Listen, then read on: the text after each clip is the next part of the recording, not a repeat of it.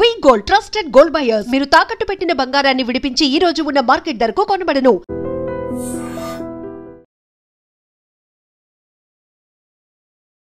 Hi hello నమస్తే, welcome to iDream media. నేను మీ శ్రావ్య. మనతో పాటు ఇప్పుడు the most senior stock market trainer A S Chakravarthy garu ఉన్నారు. నమస్తే సార్. నమస్తే మేడం గారు. ఎలా ఉన్నారు? ఫైన్ మేడం గారు. గోల్డ్ గురించి ప్రతి ఒక్కరు ఆలోచిస్తుంటారు. ఇంకా ఫెస్టివల్స్ వస్తున్నాయి కాబట్టి దివాళీ, దసరా వస్తుంది, గోల్డ్ కొనాలని ఆలోచిస్తూ ఉంటారు. సో గోల్డ్ రేట్స్ ఎలా ఉన్నాయి, గోల్డ్ మార్కెట్లో ఎలా ఉండబోతుంది? మరొకసారి మీకు ధన్యవాదాలు చెప్పుకుంటున్నాను. అంతేకాకుండా ఈ అవకాశం కల్పించినందుకు మీ ఐడ్రీమ్ ఛానల్ కూడా మరొకసారి ధన్యవాదాలు చెప్పుకుంటూ మనం కార్యక్రమం స్టార్ట్ చేద్దాం. శ్రావ్య మేడం గారు, మీకు గోల్డ్ అనేటువంటిది మనం ఇంటర్నేషనల్ మార్కెట్లో ట్రాయ్ ఔన్స్లో కొలుస్తారు. ట్రాయ్ ఔన్స్ అంటే 31.10 గ్రామ్. ఓకే. నిన్న శుక్రవారం ఇంటర్నేషనల్ మార్కెట్లో గోల్డ్ అనేటువంటిది ఒక ట్రాయ్ ఔన్స్ ధర $3,686 దగ్గర క్లోజ్ అయింది. $3,686 దగ్గర క్లోజ్ అయింది గోల్డ్. సో మనం ఇంతకుముందు చెప్పుకున్నాం, గోల్డ్ కన్సాలిడేట్ కానీ పెరగదు కొద్ది వారాల పాటు అని. అలానే కన్సాలిడేట్ పెరుగుతుంది. సో ఇప్పుడు గోల్డ్ అనేటువంటిది రెసిస్టెన్స్ 1, రెసిస్టెన్స్ 2 మాట్లాడదాం. అసలు రెసిస్టెన్స్ 1, రెసిస్టెన్స్ 2 మాట్లాడటానికి అసలు గోల్డ్ ఎందుకు పెరుగుతోంది అనేది మనం డిస్కస్ చేద్దాం. ఓకే. కొన్ని కారణాలతోటి గోల్డ్ పెరుగుతుంది, ఆ కారణాలు డిస్కస్ చేద్దాం. ఒకటి మేడం గారు, geographical tensions, political tensions and war tensions. మీకు ఈ ఉక్రెయిన్ ఒకటి, ఈ రష్యా వార్ ఒకటి నెంబర్ 1. దీంతో ప్రపంచవ్యాప్తంగా స్టాక్ మార్కెట్లకు కొంత అది దాంతో ఎంతో దాని ఎఫెక్ట్ ఉంది మార్కెట్ల మీద, ఎకానమీ మీద, వరల్డ్ ఎకానమీ మీద ఉంది. ఉక్రెయిన్ వారు, రష్యా వారు ఈ వరల్డ్ ఎకానమీ మీద ఉంది, దాని ఎఫెక్ట్ ఉంది. 2, ఇజ్రాయెల్, పాలస్తీనా, ఈ geographical and war political tensions, ఇవి ఒకటి మెయిన్ రీజన్. సో ఇది కాక అంటే స్టాక్ మార్కెట్లో పెట్టుబడి పెట్టేవాళ్ళు ఏంటంటే, మీకు ప్రపంచవ్యాప్తమైన ప్రశాంతమైన పరిస్థితులు, దేశవ్యాప్తంగా ప్రశాంతమైన పరిస్థితులు, గవర్నమెంట్లు స్మూత్గా రన్ అవుతుంటే, ఎకానమీ స్మూత్గా రన్ అవుతుంటే స్టాక్ మార్కెట్ వైపు చూస్తారు ఎక్కువ. అలా కాకుండా కొంచెం టెన్షన్స్ క్రియేట్ అవుతుంటే వరల్డ్ వైడ్గా యుద్ధాలు, పొలిటికల్ అన్సర్టనిటీస్ ఇవన్నీ ఉంటే జనరల్గా ఏంటంటే పీస్ఫుల్ వాతావరణం లేనప్పుడు వాళ్ళు కొంత గోల్డ్ వైపు చూస్తారు investment. Stock market risky market అనే ఫీలింగ్లు, అదొక కారణం. రెండోది, అది ఇంకొక మెయిన్ కారణం ఏంటంటే అండి, అమెరికాలో ఇన్ఫ్లేషన్ తెగ పెరుగుతుంది. గోల్డ్ ఇన్ఫ్లేషన్ డిస్కౌంట్ చేసుకోవాలిగా, అవును, అది మేజర్ కారణం. అసలు ఇప్పుడు ఇమ్మీడియట్గా గోల్డ్ పెరగటంలో అదొక పెద్ద కారణం. ఇన్ఫ్లేషన్ రైజ్ అవుతుంది. సో అక్కడ ఇన్ఫ్లేషన్ రైజ్ అవుతూ ఉంటాం. ఇంకోటి అతి ముఖ్యమైనది ఏంటంటే, అమెరికాలో వడ్డీ రేట్లు తగ్గుతున్నాయి. ఓకే. జనరల్గా ఎప్పుడైనా ఇన్ఫ్లేషన్ రైజ్ అవుతుంటే వడ్డీ రేట్లు ఆగుతాయి, పెంచరు, తగ్గించరు. ఇన్ఫ్లేషన్ పెరుగుతుంటే వడ్డీ రేట్లు మీకు పెరుగుతుంది అనుకో, ఇన్ఫ్లేషన్ వడ్డీ రేట్లు ఏం చేస్తారు, తగ్గించరు, ఆగుతారు. అలాంటిది ఇప్పుడు వడ్డీ రేట్లు తగ్గిస్తారు అని ఒక ఆలోచన విధానం ఉంది. అంటే గ్రోత్ రేట్స్ పడిపోతున్నాయి అమెరికాలో. అందువల్ల ఈ ఇన్ఫ్లేషన్ రైజ్ అవటంలో దాన్ని డిస్కౌంట్ చేసుకోవటం ఒకటి, అది రెండో కారణం. మూడోది వచ్చేసరికి అతి ముఖ్యమైన కారణం, డాలర్ వీక్ అవుతుంది. ప్రపంచవ్యాప్తంగా డాలర్ అనేది కొంత వీక్ అవుతుంది. ఈ వీక్ అయ్యే పరిణామ క్రమంలో మన దరిద్రం ఏంటంటే గోల్డ్ రేట్ ఇంక్రీజ్ అవుతుంది. కాదు, అసలు రూపాయి విలువ పడిపోతుంది. ఇప్పుడు ప్రపంచవ్యాప్తంగా డాలర్ విలువ పెరగాలంటే పడుతుందంటే రూపాయి విలువ పెరగాలిగా. అవును. అదేదో అథారిటీ దారేదిలో సినిమాలో చెబుతాడు, మన దరిద్రం ఏంటంటే బ్రహ్మానందం గ్లాడియోలో హీరోయిన్ పాత్ర కూడా వాడే వేస్తాడంటాడు చూసా. అట్లనే ఇక్కడ మనకేం జరుగుతుందంటే, ప్రపంచవ్యాప్తంగా డాలర్ విలువ పడుతుంటే ఇండియాలో రూపాయలు బలపడాలి కదా, ఈ రూపాయలు కూడా పడిపోతుంది. పొయ్యిసెగ పొంతసెగ, ఒక పక్క డాలర్ విలువ పడిపోవటం, 2 రూపాయలు పడిపోవటం, ఈ 2 ప్రభావితం చూపించినాయి. అంటే ఇది మూడో కారణం. ఒకటి జియోగ్రఫికల్ పొలిటికల్ టెన్షన్స్, 2 ఇన్ఫ్లేషన్ పెరగటం అమెరికాలో, 3 వచ్చేసరికి డాలర్ వాల్యూ డిప్రిషియేట్ అవుతుంది, మన రూపాయి వాల్యూ కూడా డిప్రిషియేట్ అవుతుంది. ఇవి 3 కారణాలు మెయిన్. 4వది festival season. ఈ దసరా అని, దీవాలి అని, బోనాంజాలు అని ఈ గోరంతా ఉంటుందిగా మనకు. అక్కడ కొంటున్నారా లేదా పక్కన పెట్టండి, కానీ ముందు ఫెస్టివల్ సీజను డిమాండ్ పెరుగుతోందని చెప్పి గోలగోలగా ఉంటుంది. ప్లస్ మ్యారేజ్ సీజన్స్, అవును. మ్యారేజెస్, ఇవి కారణాలు, ఇవి మేజర్ కారణాలు. ఇది కాక గవర్నమెంట్ పాలసీస్ కూడా, గవర్నమెంట్ పాలసీస్. ఎందుకంటే మన ఇండియన్ గవర్నమెంట్ అనేటువంటిది ఆర్బీఐ, అంటే మనం ఇండియన్ గవర్నమెంట్లో ఆర్బీఐ అన్నాం, సెంట్రల్ బ్యాంక్. మన సెంట్రల్ బ్యాంక్ ఆర్బీఐ అనేటువంటిది గోల్డ్ రిజర్వ్ విపరీతంగా పెంచుకుంటుంది. మీకు యాక్చువల్గా మనం ఏం చేస్తామంటే ఫారిన్ బిజినెస్లో జనరల్గా ఇంటర్నేషనల్ కరెన్సీ ఏదంటే డాలరే కదా.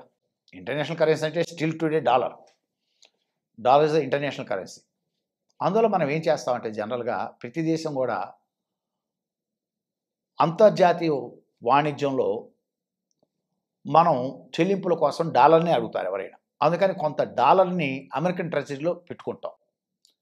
జనరల్గా మనం ఏం చేస్తామంటే ఈ మధ్య అమెరికన్ ట్రెజరీలో డాలర్ని కొంచెం తగ్గించుకుంటూ కొన్ని $1 బిలియన్ తగ్గిస్తూ ఏం చేస్తాం, గోల్డ్ రిజర్వ్ పెంచుకుంటున్నాం.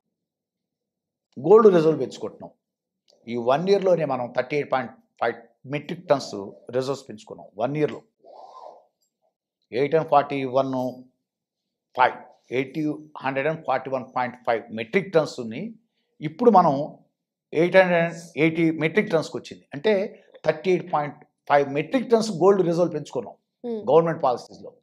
అదొకటి ఇండియాలో గోల్డ్ రేట్ పెరగటం అదొక కారణం ఉంది. మిగతా కంట్రీస్ కూడా వాళ్ళ జీడిపిని ఇంక్రీజ్ చేసుకోవడానికి వాళ్ళు కూడా గోల్డ్ అనేది కొంటూ ఉన్నారు. జీడిపి ఇంక్రీజ్ చేసుకోవడం కోసం కాదు, జీడిపి ఇస్ ఎంటైర్లీ డిఫరెంట్. ఇక్కడ ఏమవుతుందంటే డాలర్ వీక్ అవుతుంది ఒకటి, తర్వాత ఏంటంటే అమెరికా ఆధిపత్యాన్ని కొంత దెబ్బతీయాలి అనే ఒక ఆలోచన దృక్పథం పెరుగుతుంది. మిగతా దేశాలు కూడా కొంత ఆలోచన విధానం పెరుగుతుంది. దాంతో ప్రతి దేశం ఏం చేస్తుందంటే అమెరికన్ ట్రెజరీలో వాళ్ళ యొక్క డాలర్ రూపంలో ఉన్నాయి కదా, ప్రతి కరెన్సీ కొంత డాలర్ కన్వర్ట్ చేసుకున్నారు కదా, దాన్ని కొంచెం ఉపసంహరించుకుంటున్నారు. They are going to convert into gold, liquid. దాని బెస్ట్ ఎగ్జాంపుల్ ఏంటంటే, ఫర్ ఎగ్జాంపుల్ అంటే మీకు కొంచెం పొలిటికల్ టచ్ కూడా ఇస్తే బాగుంటుందేమో అని అనుకుంటున్నాను. ఇది యాక్చువల్గా ప్యూర్లీ ఫైనాన్స్ సంబంధించినటువంటిది, కొంచెం పొలిటికల్ టచ్ కూడా ఇద్దాం. మీకు ఉక్రెయిన్ రష్యా వార్ స్టార్ట్ అయిన తర్వాత రష్యా దగ్గర ఉన్న డాలర్లని అమెరికా నిషేధించింది. మరి ఎంత అది నష్టదాయకం రష్యాకి. అందుకే రష్యా ఏం చేస్తుంది, వాళ్ళ కరెన్సీని డాలర్లో కన్నా కూడా కొంత తేడా గట్టిగా అవుతుందని వాళ్ళు కొంత చైనీస్ కరెన్సీలో కన్వర్ట్ చేస్తున్నారు.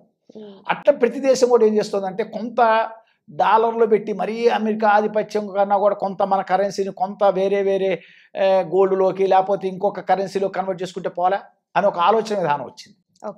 దాంట్లో ఒకటి గోల్డ్ కూడా అదొక కారణం, గోల్డ్ పెరగటానికి కారణం. ఇలా భిన్నమైన కారణాలు ఉన్నాయి. ఈ కారణాలతోటి మీకు గోల్డ్ అనేటువంటిది పెరుగుతుంది. పక్కన పెట్టండి. ఇప్పుడు గోల్డ్ వచ్చేసరికి మనం ఏం చెప్పుకున్నాం అంటే, ఇందాక నిన్న శుక్రవారం క్లోజ్ అయింది, ట్రాయ్ ఔన్స్ ధర $3,686 దగ్గర క్లోజ్ అయింది అన్నాం కదా. ఇప్పుడు ఇమీడియట్ రెసిస్టెన్స్ వచ్చేసరికి, రెసిస్టెన్స్ 1 వచ్చేసరికి $3,750. మళ్ళా చెప్తున్నాను, ఒక ట్రాయ్ ఔన్స్ ధర. ఫస్ట్ రెసిస్టెన్స్ వచ్చేసరికి 3,750. అక్కడి నుంచి కనుక బ్రేక్అవుట్ అవుతాయి, అక్కడ దాటం కొంచెం కష్టమే. ఒకవేళ అక్కడ కొన్ని అరగంటలు కన్సాలిడేట్ అయ్యి అక్కడ బ్రేక్అవుట్ తీస్తే ఇట్ గోస్ టు $3,800. $3,800కి వెళ్తుంది. అంతకంటే చాలా కష్టం, అక్కడ క్రాస్ చేయాలంటే అంత తేలికైన విషయం కాదు. 3,800 దగ్గర ఆగుతుంది. సో అదేవిధంగా గోల్డ్ అనేటువంటిది ఒకవేళ కింద కనుక వస్తే అంత పెద్ద పడదు. ఇప్పుడు గోల్డ్ ఇప్పుడున్న కండిషన్స్లో గోల్డ్ ఎక్స్ట్రీమ్ డౌన్వర్డ్స్ ఎక్స్పెక్ట్ చేయదు. ముందే చెబుతున్నాను, ఇంటర్నేషనల్ మార్కెట్లో కానీ ఇండియన్ మార్కెట్లో కానీ it may come down to maximum ఇప్పుడున్న 3,680 నుంచి వస్తే 3,630 అంతే. $3,630కి వచ్చేస్తుంది అంతే ట్రాయ్ ఔన్స్ ధర. మళ్ళీ వన్స్ అగైన్, ఒకవేళ గోల్డ్ కనుక ఒక ట్రాయ్ ఔన్స్ ధర ఇప్పుడు ఉన్నటువంటి $3,686 నుంచి కిందకు వస్తే 3,630, ఓ $50 అంతే, అంతకంటే పెద్ద పడదు. ఒకవేళ అక్కడ కూడా కొంచెం ఇదైతే అర్థమైందా, అక్కడ స్ట్రాంగ్ అవుతుందండి. అసలు మొట్టమొదటి అసలు రెసిస్టెన్స్ 1 అయితే 33,650 పెట్టుకోండి. ఫస్ట్ రెసిస్టెన్స్ 3,650 పెట్టుకోండి. సెకండ్ రెసిస్టెన్స్ పెట్టుకోండి 3,630. అది స్ట్రాంగ్ సపోర్ట్ అనుకోండి.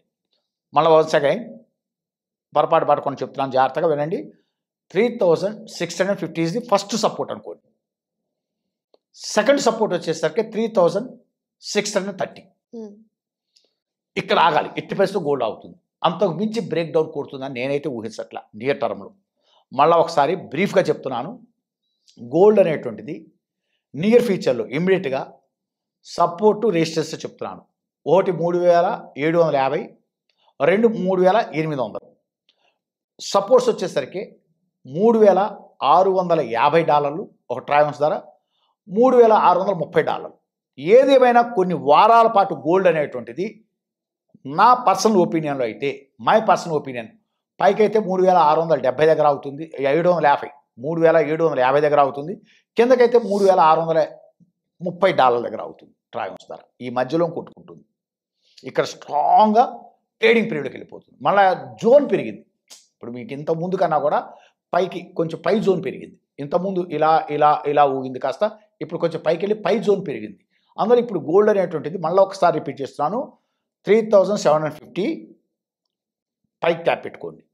కిందకు వచ్చేసరికి ఫ్లోర్ వచ్చేసరికి 3,630 పెట్టుకోండి ట్రావెన్స్ ధర, $3,630. ఈ మధ్యలోనే ఎక్కువ రోజులు కన్సాలిడేట్ అవుతుంది. అటు బ్రేక్అవుట్ తీయటం అనేటువంటిది అంత తేలికైంది కాదు, ఇటు బ్రేక్ డౌన్ కొట్టడం అంత తేలికైంది కాదు. ఒకవేళ మ్యాక్సిమం ఏరినికి వెళ్తే $4,000 వెళ్తుంది. అంతకు మించి వెళ్ళటానికి ఛాన్సెస్ లేదు ట్రావెన్స్ ధర. ఇది నా ఒపీనియన్. ఇప్పుడు మనం గోల్డ్ ఇన్వెస్ట్ చేసుకోవాలి అనుకునే వాళ్ళు ఉంటారు, వాళ్ళు తీసుకోవచ్చు అంటారా? నేను అనేది ఏంటంటే, ఇప్పుడు ఆల్మోస్ట్ ఆల్ మీకు పీక్లో ఉందండి గోల్డ్ ధర. మీకు $4,000 వెళ్తుంది అనే ఉద్దేశంతో అయితే $4,000 అంటే ఇప్పుడు ఎంత ఉంది, $3,686 ఉంది కదా, $4,000 ట్రావెన్స్ వెళ్ళటానికి అవకాశం ఉంది, అంతవరకు వెళ్ళటానికి అవకాశం ఉంది అనే ఉద్దేశం. అంటే ఎక్స్ట్రీమ్ అప్వర్డ్స్ ఉండవు, ఎక్స్ట్రీమ్ డౌన్వర్డ్స్ ఉండవు గోల్డ్లో ఇప్పుడు. ఎందుకంటే పీక్ వచ్చింది ఆల్రెడీ, చాలా ఎక్కువలోనే ఉంది ధర, ఏం తక్కువేం లేదు. నీకు ఈ జియోగ్రఫికల్ టెన్షన్స్, డాలర్ పతనం అవ్వటం, రూపాయలు డిప్రిషియేట్ అవ్వటం, ఫెస్టివల్ సీజన్స్, ఇలాంటి కాజెస్ని బేస్ చేసుకొని గోల్డ్ పెరిగింది. కానీ ఇంకోటి పర్చేసింగ్ కెపాసిటీ పబ్లిక్ చూసుకోవాలి. ఓ పక్క వరల్డ్ వైడ్గా ఎకానమీ దెబ్బతింది, వరల్డ్ ఎకానమీ దెబ్బతింది.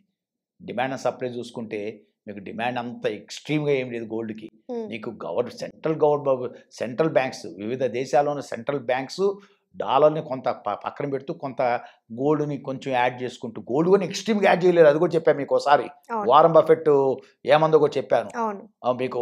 స్టాక్స్ అయితే వేలాది స్టాక్స్ ఉంటాయి, లక్ష స్టాక్స్ ఉంటాయి, అర్థమైందా? ట్రిలియన్ డాలర్స్ మనం ఇన్వెస్ట్ చేస్తూ స్టాక్స్ మార్కెట్లో అయితే ప్రపంచవ్యాప్తంగా ఇప్పుడు ఇండియాలో ఎన్ని స్టాక్స్ ఉన్నాయి, ఎన్ని వేల స్టాక్స్ ఉన్నాయి, పాకిస్తాన్లో ఉన్నాయి, చైనాలో ఉన్నాయి, అమెరికాలో ఉన్నాయి, యూరోప్లో ఉన్నాయి, ఆస్ట్రేలియా ఏంటి, జపాన్ ఏంటి, మీకు ఎంత అసలు యూరోప్ కంట్రీస్ ఎన్ని కంట్రీస్ ఉన్నాయి, ఎన్నంత బలమైన కంపెనీస్ ఉన్నాయి. ట్రిలియన్ డాలర్స్ ఇన్వెస్ట్ చేయడం అనేది స్టాక్ మార్కెట్లో కుదురుతుంది. అదే తీసుకొచ్చి గోల్డ్ అయితే ఇన్వెస్ట్ చేయడం కుదరదు. ట్రిలియన్ డాలర్స్ ఇన్వెస్ట్ చేయడం మళ్ళీ తీసుకోవడం కూడా కష్టమే. అందువల్ల గోల్డ్ని అంచనా వేసేటప్పుడు చాలా జాగ్రత్తగా అంచనా వేసుకోవాలి. ఎక్స్ట్రీమ్గా ఊహించుకోవటం కుదరదు. మ్యాక్సిమం ఏ రేంజ్కి $4,000, అంతకన్నా ఎక్కువ ఉంటుందని నేనైతే అనుకోవట్లే. ఇప్పుడు మటుకు క్యాప్ అయితే 3,750 to 3,800 మధ్య, ఫ్లోర్ కిందకు వస్తే 3,650 to 3,630 మధ్య ఇది అవుతుంటుంది. ఈ మధ్యలోనే కొట్టుకుంటుంటుంది గోల్డ్.